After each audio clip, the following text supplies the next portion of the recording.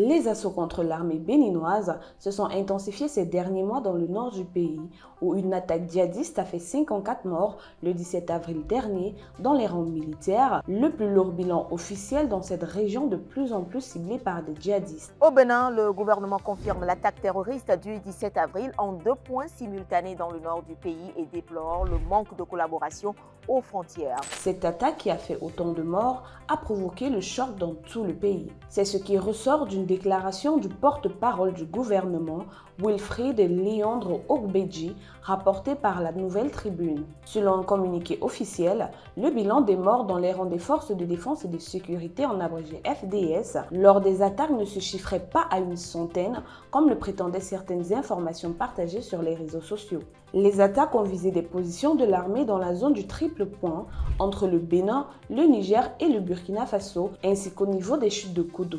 Ogbedji a déclaré que 8 soldats ont été tués au niveau des chutes de Kodo et 46 au niveau du triple point. Il a souligné que cela ne diminue en rien la gravité de ce qui s'est passé. Outre les pertes militaires, Ogbedji a rapporté que 33 assaillants ont été neutralisés dans des affrontements avec l'armée béninoise et de nombreux blessés ont été enregistrés des deux côtés. Il a souligné la nécessité de renforcer les capacités opérationnelles de l'armée, notamment logistiques et matérielles, pour faire face à la menace terroriste. Vendredi 25 avril 2025, lors d'une session de l'Assemblée nationale, les députés béninois ont observé une minute de silence en hommage à ces soldats tués au front. Malik Seibou Gomina, député et vice-président du bloc républicain, s'exprime pour l'agence presse DW en affirmant ceci. En tant que citoyen, c'est un drame.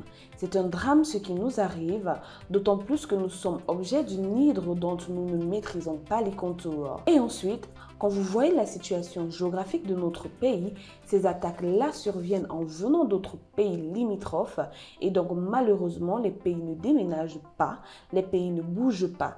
Donc notre situation avec les pays frères du Niger et du Burkina Faso, nous sommes tributaires de cela et c'est cela que nous payons cher, cash avec la mort de nos soldats. Sinon, vous savez qu'à l'intérieur du Bénin, il n'y a aucune poche djihadiste. Ce sont des gens qui quittent les pays limitrophes, qui viennent faire leur forfait et retournent dans ces pays. Des déclarations qui déplaisent fortement les pays indexés et certains acteurs de la politique africaine. Le 8 janvier, une autre attaque avait frappé le Bénin, toujours dans le nord du pays. 28 soldats béninois ont été tués et une quarantaine d'assaillants neutralisés. Les attaques terroristes touchent plusieurs pays de la sous-région ouest africaine. La menace terroriste s'intensifie et la coopération transfrontalière reste toujours défaillante.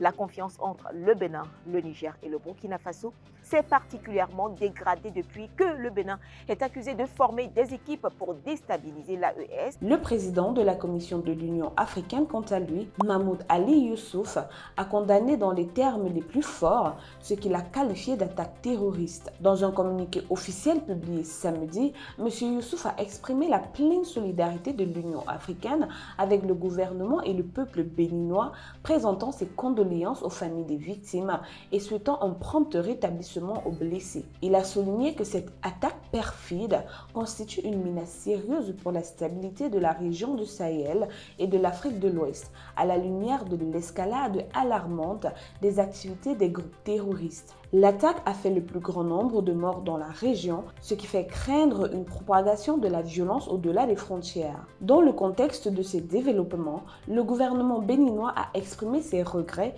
pour ce qu'il a qualifié de manque de coopération avec les autorités du Niger et du Burkina Faso dans la lutte contre les groupes armés sans les nommer explicitement. En revanche, les autorités de transition du Niger et du Burkina Faso ont accusé le gouvernement béninois d'abriter des bases militaires étrangères qui auraient été utilisées pour les déstabiliser, une accusation que le Bénin a catégoriquement niée. Face à cette escalade, le président de la Commission a renouvelé son appel au renforcement des efforts collectifs de lutte contre le terrorisme en améliorant la coordination en matière de sécurité et de renseignement entre les pays africains. Il a également souligné la nécessité d'adopter une approche globale qui inclut la promotion du développement économique et social ainsi que le soutien à la bonne gouvernance et à l'état de droit.